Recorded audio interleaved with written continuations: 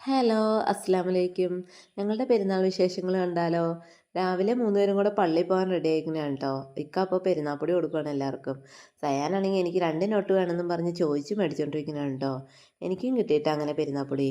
ഇക്കാടെ ഉമ്മാക്കും സനമ്മക്കും കൂടെ കൊടുത്തു കഴിഞ്ഞപ്പോഴത്തേക്കും അവർ പള്ളിയിലേക്ക് പോയിട്ടോ. അവർ പോയതിൻ്റെ പുറകെ ഞങ്ങൾ അടുക്കളയിലേക്ക് കയറി കേട്ടോ. തലേദിവസം രാത്രി തന്നെ ചിക്കൻ കറി വെച്ചായിരുന്നു. പിന്നെ ഇടിയപ്പം ഉണ്ടാക്കി വെച്ചു. പിന്നെ നെയ്ച്ചോറും സെറ്റാക്കി. അങ്ങനെ ഒരു ഉച്ചയായപ്പോൾ ഫുഡെല്ലാം കഴിച്ച് കഴിഞ്ഞാൽ ഞങ്ങൾ മൂവാറ്റുപുഴയ്ക്ക് റെഡി ആയതാട്ടോ. കുറേ നാളായിട്ട് സിനിമയ്ക്ക് കൊണ്ടുപോകണ കാര്യം പറഞ്ഞുകൊണ്ടിരിക്കുന്നുണ്ട്. വലിയ പെരുന്നാളിന് കൊണ്ടുപോകാമെന്നൊക്കെ പറഞ്ഞായിരുന്നു കേട്ടോ. അങ്ങനെ ഞങ്ങൾ ദൃശ്യം 3 കാണാനും കൂടെ ആട്ടോ പോകുന്നത്. വെക്കേഷന് വീട്ടിലൊക്കെ പോയതുകൊണ്ട് വീട്ടിലേക്ക് പോകലാന്ന് വെച്ചു കേട്ടോ. പിള്ളേർക്ക് ഒരു എൻജോയ്മെൻ്റ് ആയിക്കോട്ടെ എന്ന് ഓർത്തു. ഒന്ന് പാർക്കിലൊക്കെ കൊണ്ടുപോകാമെന്ന് ഓർത്താട്ടോ ഇറങ്ങിയത്. ദൃശ്യം 3 കാണാൻ പോകുന്നതാന്ന് പറയണേ കേട്ടോ സയാനിരുന്ന്. അങ്ങനെ ഞങ്ങൾ ഗ്രാൻഡ് മാളിലേക്കാട്ടോ പോയത്. ഓൺലൈനിലെ ടിക്കറ്റ് നോക്കിയപ്പോഴത്തേക്കും എല്ലാം ഫുള്ളായിരുന്നു കേട്ടോ. മിക്കയിടത്തും ഫ്രണ്ട് സീറ്റ് മാത്രമേ ഉള്ളൂ. പിന്നെ രണ്ടും കൽപ്പിച്ച് കാണാൻ വന്നതല്ലേ എന്ന് ഓർത്തുകൊണ്ട് ഫ്രണ്ട് സീറ്റ് തന്നെ അങ്ങ് ബുക്ക് ചെയ്തു കേട്ടോ.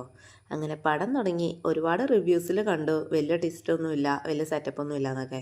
ജസ്റ്റ് ഒന്ന് കണ്ടിരിക്കാനുള്ളൂ എന്ന്. പക്ഷേ എനിക്ക് ഭയങ്കര ഇഷ്ടപ്പെട്ടു കേട്ടോ. ദൃശ്യം 2വിനേക്കാളും എനിക്ക് ഇഷ്ടപ്പെട്ടത് ദൃശ്യം 3 തന്നെയാട്ടോ. സിനിമ തീർന്നതിന് മുന്നേ തൊട്ട് സയാൻ വാശിയായിരുന്നു കേട്ടോ പാർക്കിൽ കൊണ്ടുപോകാൻ പറഞ്ഞ്. പിന്നെ ഒരു വിധത്തിൽ സമാധാനിപ്പിച്ച് സയാൻ കിടന്ന് ഉറങ്ങി. ഉറങ്ങി എണീറ്റ് കഴിഞ്ഞപ്പോൾ തൊട്ട് പിന്നെയും കരച്ചിൽ തുടങ്ങി. പിന്നെ സിനിമ കഴിഞ്ഞ് ഇറങ്ങിക്കഴിഞ്ഞപ്പോൾ ഞങ്ങൾ നേരെ പാർക്കിലേക്കട്ട പോയേ. അങ്ങനെ കുറച്ച് ഐറ്റത്തിലൊക്കെ കയറി കഴിഞ്ഞ് കഴിഞ്ഞപ്പോൾ സമാധാനമായി. അങ്ങനെ അവിടെ നിന്ന് ഇറങ്ങിയപ്പോൾ തന്നെ 8 മണി കഴിഞ്ഞു കേട്ടോ.